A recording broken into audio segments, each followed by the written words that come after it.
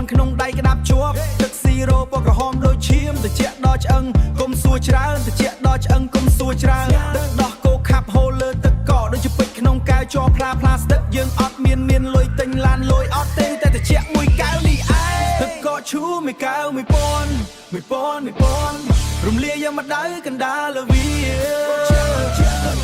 ទឹកកកឈូមួយកែវ1000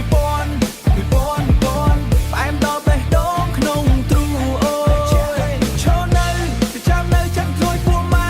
ឈរនៅទៅជាមួយពូម៉ាឲ្យយឺរហើយស្មាមិនអីទឹកកកអរលាយក្នុងមាត់លឿនដូចជាលុយចាយអស់ពីហោប៉ៅដូចជាលុយចាយអស់ពីហោប៉ៅដូចជាផ្អែមល្ហែមលាក់ការឈឺចាប់កុំសម្លឹងមើលមុខបងប្អូនយើងគ្រាន់តែចង់បានភាពត្រជាក់យើងគ្រាន់តែចង់បានភាពតែភ្លើងក្នុងវិភពលោកដែលក្តៅដូចភ្លើងទឹកកកឈូមួយកែវ1000